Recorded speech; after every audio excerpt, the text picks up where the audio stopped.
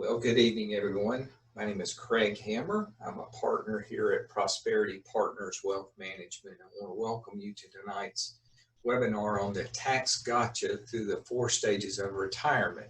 We're also going to talk a little bit about the Secure Act and mention something about the CARES Act as well. But before we get started tonight, just a few items of housekeeping. Number one, just due to tonight's format, there will not be an opportunity to ask questions. However, if you do have questions, please feel free to write down these numbers. Our office phone number is 865-690-0049. Also, our web address is www.prosperitypartnerswm.com.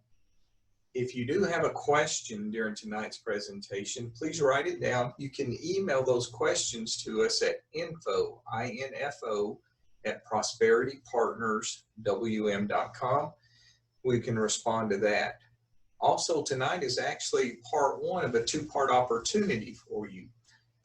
We'll give the presentation tonight, but also at the end, you'll have the opportunity to sign up for a 20-minute, what we call a right fit consultation. It's completely complimentary, but we will want to answer any questions that you might have concerning tonight's presentation. So again, write those numbers down, our web address, our phone number, and then also info@prosperitypartnerswm.com, and we can answer your questions for you. So before we start, let's talk about a little brain teaser. So we have Bill here. Bill's retired. He's single. He has taxable income of a little over $42,000, $42,475. If you look on the right side, you can see the tax brackets. You can see he makes a little over $40,000, but not up to the $85,000. So he falls in that 22% tax bracket. You'll see all the tax brackets listed there, with our highest current income tax bracket at 37%. But you have to make a whole lot of taxable income to get to that level, $518,400. So let's get back to Bill. Bill's income is made up of $38,000 from his IRA, plus he gets about $25,000 a year from Social Security benefits. Now, Bill has always been a huge country music fan, so this year he wanted to take an extra $1,000 out of his IRA and go to Texas and see Willie Nelson in a concert. So how much in tax will Bill pay on that $1,000? Well, you think if he's in the 22% tax bracket, if he takes $1,000 out, well, he should owe $220. That sounds very reasonable. However, that's an incorrect assumption. He actually owes $407 in tax. That's over a 40% tax hit because of that extra $1,000. And if you'll remember, our highest tax bracket was 37%. So how did someone that never left the 22% bracket pay more than our highest income tax brackets? Well, it's really all about how our Social Security benefits are taxed and just our screwy tax code all the way around. And we'll talk through this a little bit. So again, today's presentation is tax gotchas through the 4 stages of retirement. And you may be asking, how come a financial advisor is giving a talk about taxes?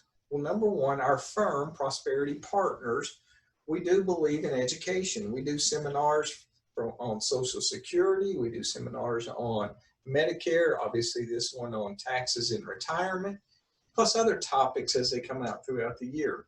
We just believe as a firm that informed investors make better choices. And that's our goal, is to help inform the public so that they can make better choices for their own personal situation. Now, as I mentioned, I'm a financial advisor. I'm not a CPA. I'm not even a tax preparer. So before you take any action, you should consult with your tax professionals. Also, there'll be a few terms that we talk about tonight. So traditional IRAs. This is pre-tax money that's gone into a 401k or an IRA that has grown tax deferred, and you pay federal income taxes once you take distributions from those. We'll also talk about Roth IRAs. This is after-tax money that is growing tax deferred, and if you stay within the accordance of the IRS rules, the earnings will come out tax-free as well. This presentation really only talks about federal income taxes. So if you live in a state where you do have state income taxes, you'll need to factor that in for yourself. So what are the 4 stages of retirement that we'll be talking about tonight? So these are pretty broad categories, but in general, we have those pre-retirement years, you know, the 50s and early 60s. Typically, for most people, these are your higher earning years, your highest earning years. People tend to have a little more income. Maybe the kids are out of the house now, and so you can focus more in on your own retirement pictures. What are some opportunities there? We have those early retirement years. We call those the go-go years. So most people have worked hard and saved a lot, and they've created this bucket list that they want to accomplish once they hit retirement. So once they do retire, they want to enjoy the proceeds from the gains that they've done. So this is where people will start doing those bucket list type items. Then we have those middle retirement years. We call those the slow go years. So you may be slowing down, maybe not traveling or taking extensive trips anymore. At this stage, you'll be looking at what to do with required minimum distributions and how that factors into your plan. And then we have those late retirement years. We call those the no-go years. You're pretty much done with most of your extensive travels. You know, you're really focusing in on that next generation and what your legacy will be. So we'll talk through some things there as well. But one thing we all know is nothing is ever as it seems. So what are some surprises that we see here that pop up for people? One of the biggest one is inflation. People tend to think about their spending only in today's dollars. But if you're living 25 to 30 years in retirement, you have to factor in some sort of inflation. Well, just think back 30 years ago. How much did a gallon of milk cost? How much was the purchase of a new car? Quite a bit different than what they are today. So you have to factor that into your plan. Longevity. The fact is, most people underestimate how long that they're going to live in retirement. So you just really have to plan for a longer retirement than what you might think. Also, expenses. You know, what expenses will you have during retirement? Most people will underestimate the amount of income that they're going to need to maintain their standard of living. And nobody really wants to reduce their standard of living. We had one of our clients say to us that, you know, he factored in the cost of his toys. He just didn't factor in the cost of using his toys during retirement. So those are some things you have to keep in mind. And then finally, healthcare. You know, that's going to be one of the largest, if not the largest expense for most people during retirement. So the first key that we have to realize before we get into retirement is you have to know what your after-tax retirement savings looks like before you retire. What do I mean by that? Well, if you have $500,000 sitting in an IRA or 401k, for you, is that really $500,000? Really, it's not, because you're a co-owner of those funds. And you're co-owner with the federal government. So you do have to pay taxes on that. So it can make a big difference in a retirement plan. So just think, if you are in a 35% tax bracket, your net spendable money would be $325,000. And even just going up 2% to a 37% tax bracket, Now your spendable income looks more like $315,000. You'll also have to factor in required minimum distributions that begin at age 72. And we'll talk a little bit more about that later as well. Most people will be, accessing Social Security and Medicare during those kind of go-go years, that early retirement years. But you just have to be aware of some tax traps associated with Social Security and Medicare. First, let's talk about Social Security. Social Security is really taxed on a term called provisional income. It's the sum of all your income plus half of your Social Security benefit. So what sources of income go into that? Any pension payments that you might receive. If you're working, any wages need to be factored into that income number. Distributions from your 401k or IRA.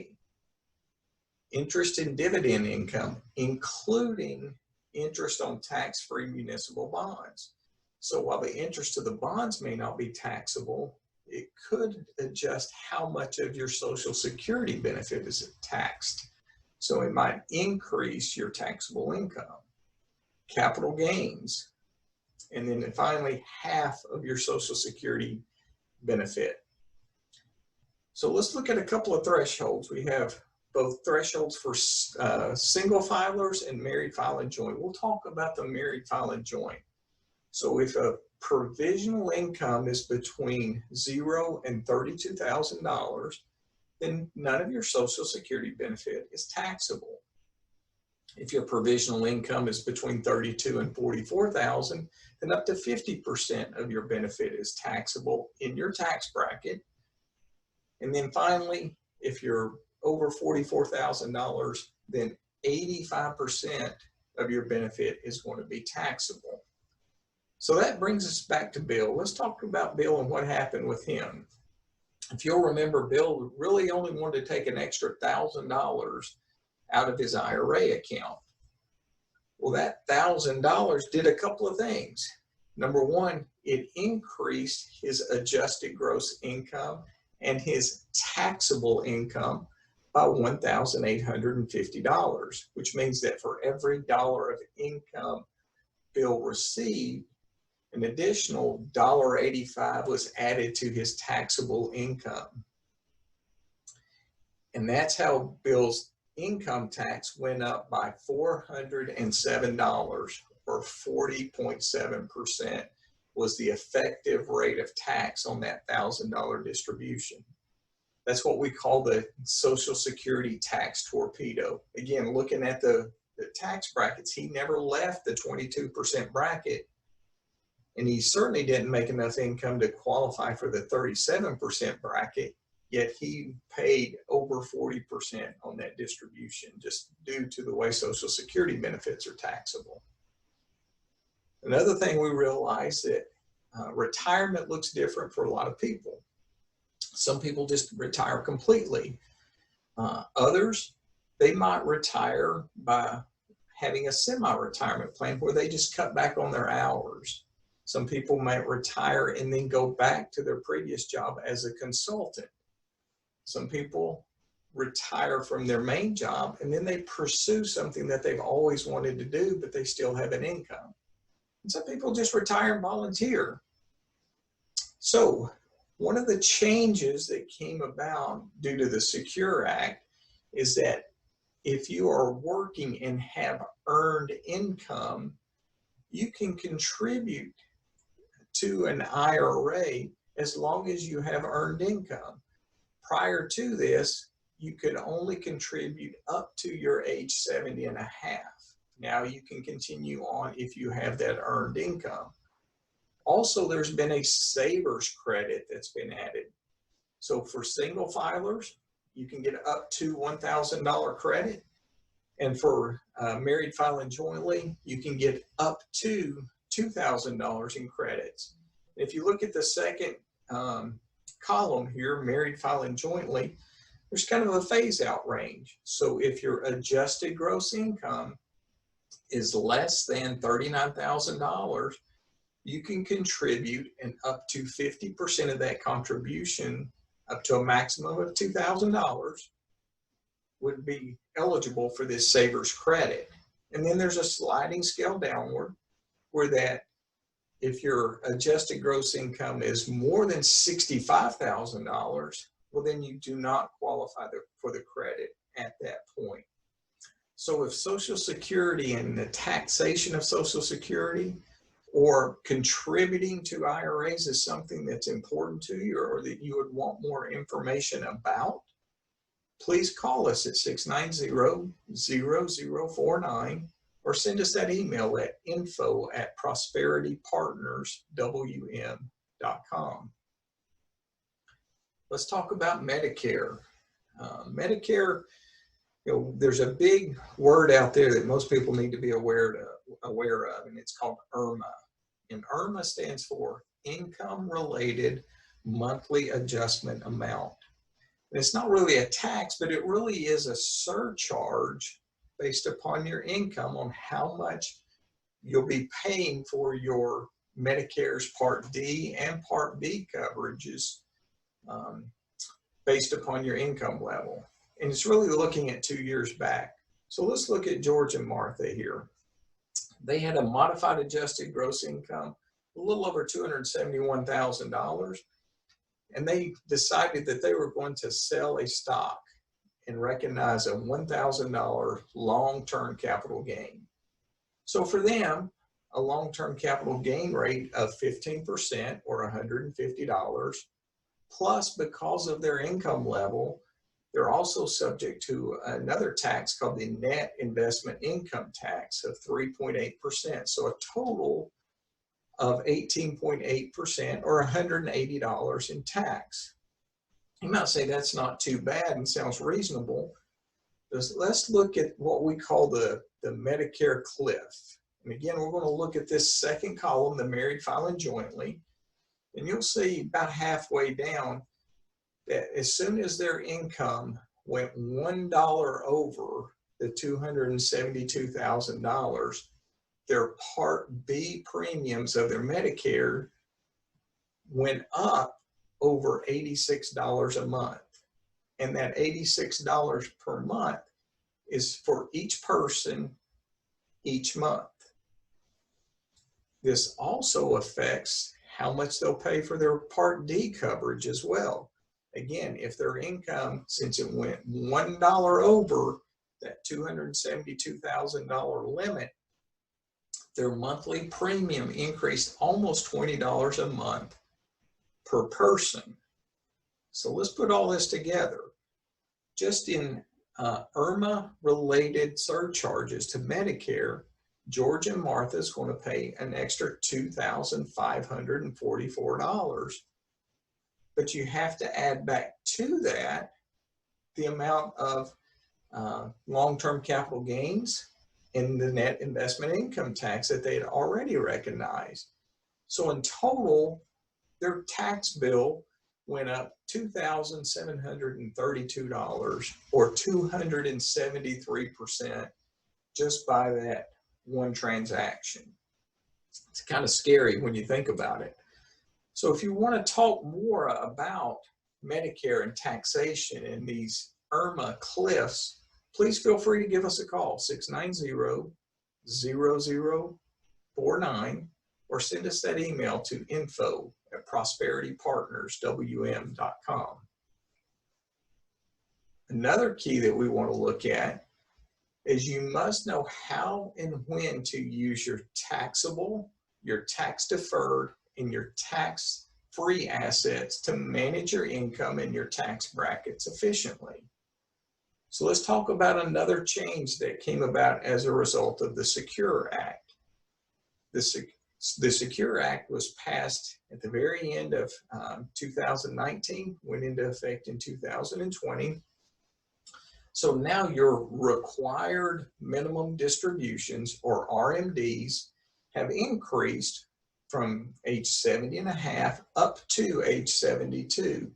So that's the funds that you have to start taking out of your qualified plans, your 401ks or your IRAs, once you reach age 72. Well, for those that are not yet to that point, it creates a couple of years where they could possibly do some new Roth IRA conversions. The CARES Act, which was passed in March of this year, really relates to the coronavirus. And so with this act, people are given a holiday for their required minimum distributions for 2020. So if you have to take required distributions this year, because of the CARES Act, you're given a holiday for this year and you don't have to. That also includes inherited IRAs. It includes those people that maybe chose to delay their first RMD for the first part of 2020 as well. For some people, this creates another opportunity to do a Roth IRA conversion. So let's talk a little bit about how and when to spend some accounts. This example, we're talking about Sam and Mary. They both have IRAs, they both have Roth IRAs, and they have a joint bank account of about $300,000. As you can see, Sam and Mary have been very good savers throughout their life. Their retirement goal is to spend about $8,500 a month, or a little over $100,000 every year. So which accounts should they spend first? Conventional wisdom would say, well, let's spend our taxable money first, that bank account with that $300,000 in it. Once we've depleted that or got it down to a point where it's just our emergency fund is left, then we're going to spend our IRAs or 401ks, that tax deferred money. And lastly, we'll spend the Roth IRAs at the very end. That's been wisdom that's been followed for quite some time, and it's not a bad way to do things. But as you can imagine, there's been a lot of people really look at this issue, and here's some works that have been done about retirement income and how to make what are the efficient ways to withdraw your assets. So these are done by some people with lots of different letters behind their names, and their conclusion was that there may be an alternate way that you might want to look about how and when to spend your taxable accounts. First, it would be spend that bank money first, as we talked about. Then, especially in your lower income years, convert convert IRAs to Roth IRAs. Then continue spending the IRAs, and finally spending the Roth IRAs or that tax-exempt money last. What this research has shown is this can prolong the longevity of your assets by up to 2 years. And since we've already mentioned that longevity is one of those concerns that people underestimate, if we can make your assets last a couple of more years, then that's a good thing for everyone involved. So if this is something you want us to talk more about, feel free to give us a call, send us that email. So I've mentioned conversions to Roth IRAs a couple of times. Let's talk about what that really means. So it simply means moving money from your pre-tax accounts to your after-tax accounts. The year that you do that, you do have to add that money into your income for the year. So Jill, if she wanted to convert $100,000 from her IRA to her Roth IRA, well, she would have to add $100,000 to her income for that year, potentially pushing her up into another tax bracket. And that tax will be at her rate, which bracket she might be in. Here's a visual example of something that we like to call filling up the bracket. So with Roth IRAs, it's not converting it all or none. You can do partial conversions along the way. So the top part of this, you'll see that we're looking at a couple that is a married filing joint, and they have taxable income of about $100,000. And going back, The 22% bracket goes from a little bit above $80,000 up to a little over $170,000 currently. So if they have $100,000 of taxable income for the year, they potentially have another $68,000 that they can convert and still stay in the same bracket. I always suggest to people when they're talking about doing Roth conversions, number one, you don't want to fill it to the very, very top, because there could be some things like capital gains distributions or interest distributions that you weren't expecting that might come out later in the year. So it's also a good time to do it later in the year. Another reason that now might be a good time to think about Roth IRA conversions has to do with the Tax Cut and Jobs Act that went into effect in 2018. If you'll remember, with this act, it was touted as now most people will be able to do their taxes on the back of a napkin. And that's really because most people would be filing their taxes with the standard deduction. They increased the level of standard deductions, so now more people are choosing just to take that standard deduction instead of itemizing their taxes. Why is this significant for today's conversation? Well, one thing we do know is that for most people, their federal income taxes decrease due to the Tax Cut and Jobs Act. The second thing we know is that if unchanged, then the Tax Cut and Jobs Act is set to expire or sunset at the end of 2025. And at that time, tax brackets will increase back to what they were prior to this legislation becoming law. We also know that an election's coming up in November, and that election results could have an impact on whether those tax brackets stay where they are through 2025. They could be shortened. Hypothetically, they could be even extended. We just don't know, but we do know as of today, there is a certain time period about when taxes should go up again. So if this Roth IRA bracket filling strategy is something that you want to learn more about, feel free to reach out to us and we will try to answer your questions for you regarding that. Let's look at another opportunity for those, getting in those slow go type years. The overall objective is to pay as little tax as possible, right? So now we have the qualified charitable distribution that's permanently in law right now. And it affects anyone over age 70 and a half.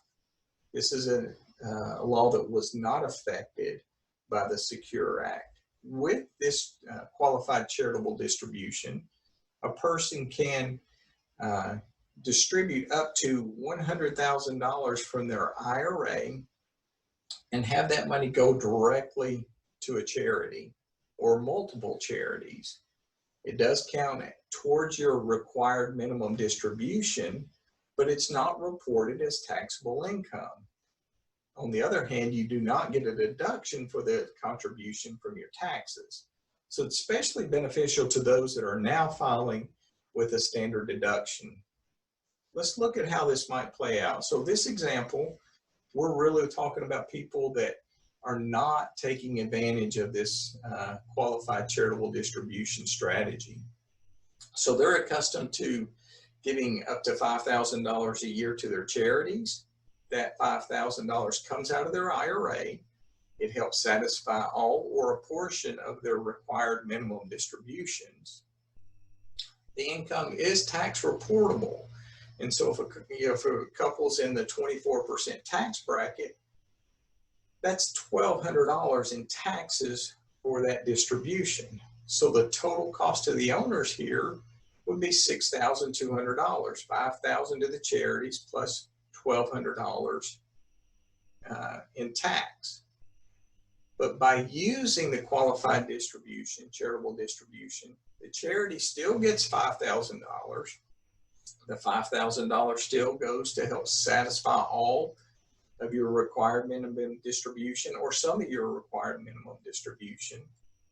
The $5,000 is excluded from your taxable income, so there's no tax bill on that distribution.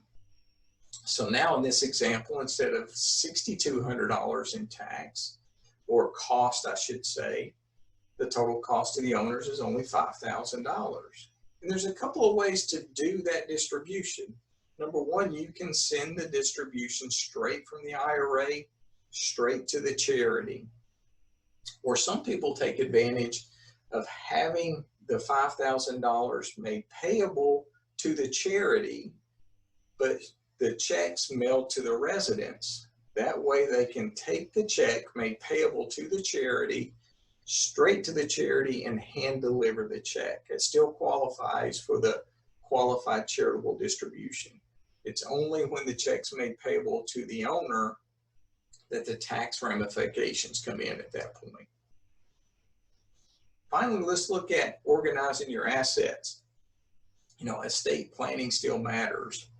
Before we get into an example here, let's talk about another change that came about because of the Secure Act.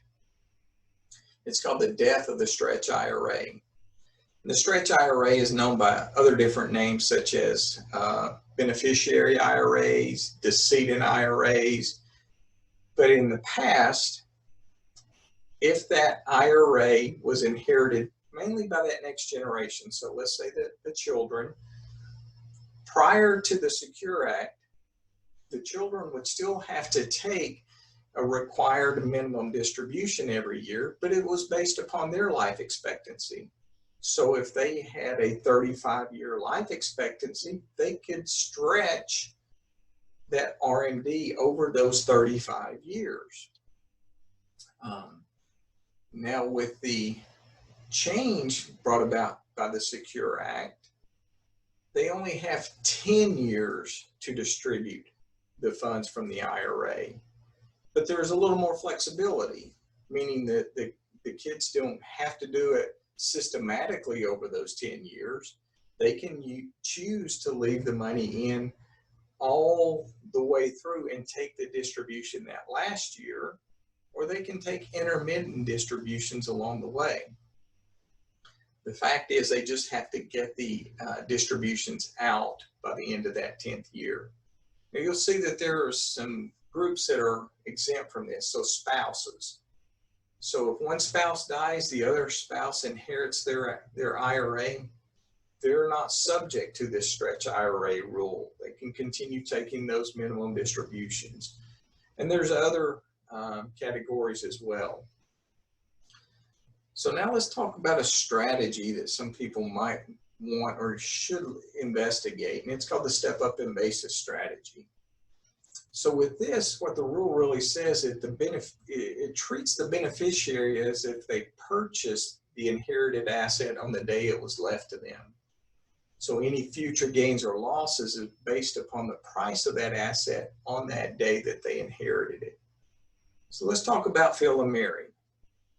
Phil and Mary hold a taxable investment in a joint tenants with rights of survivorship account. And that investment has about $120,000 in long-term capital gains. And the way that that's looked at is, you know, Phil actually owns about $60,000 of those long-term capital gains, and Mary owns the other $60,000 of those long-term capital gains. Now, Phil is diagnosed with a terminal illness and is given about 18 months to live.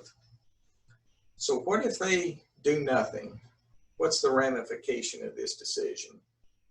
So Phil dies. Mary inherits his half of the assets, and so his half of the $60,000 of long-term capital gains receives that step up in basis. Mary's half that she owns still has that $60,000 of long-term capital gains embedded in it. So if Mary were to go and sell the entire asset on that day, she would owe long-term capital gains on her part of the $60,000 Phil's receiving that step up in basis. Bottom line is she would owe $60,000 of long-term capital gains. But let's look at an alternative strategy. Suppose when they got that bad news about Phil, they chose to move all of the assets into Phil's name. So Mary gifted her assets over to Phil, or they were all put into his name. And as long as Phil stayed alive a year or more than a year, then Mary would inherit the entire account upon Phil's death. And so at that point, if she chose to sell that entire account, she would pay no taxes at that point for long-term capital gains. So the decision in this scenario would be, would you want to pay tax on $60,000 of gain or pay no tax for the same investment? Again, this is something that you should always contact your tax professional with. But if you'd like a little more information on this strategy, feel free to give us a call. So we have covered a lot of information tonight. Let's just kind of do a review. So in those pre-retirement years, really look at what your after-tax savings is going to be before you retire. Can you fund Roth IRAs at this point? Great vehicle to help save for retirement. Those early retirement years, understanding when to take Social Security and Medicare and understanding the taxation involved with those and those IRMA cliffs that we talked about with Medicare. If your income is staying low, can you do some Roth conversions maybe before you turn on your Social Security benefit? Those slow go years, how are you going to manage your required minimum distributions? Can you take advantage of those QCDs that we discussed? In those late retirement years, really organize your assets for your, for tax efficiency, knowing what you want to be your legacy for that next generation. As we talked about, your tax exposure is going to change throughout retirement. So you really need to be able to anticipate how and when to use which assets to cover your expenses. Understand just the different types of taxes that you might face, and with the overall goal of paying as low a tax as possible. So in retirement, we've talked a lot about how complicated some of this distribution can really be. It's really quite different than during that accumulation phase when you're working and adding to your retirement plans. So taxes is something that's going to be a part of most people's plans throughout retirement. You just need to be able to effectively manage those. So if any of this information has piqued an interest for you, again, you can request a complimentary 20-minute right fit consultation by either calling our office or emailing to info@prosperitypartnerswm.com. If you're listening live tonight, you'll actually get a survey at the end of this that has a link to my calendar where you can schedule this consultation on your own.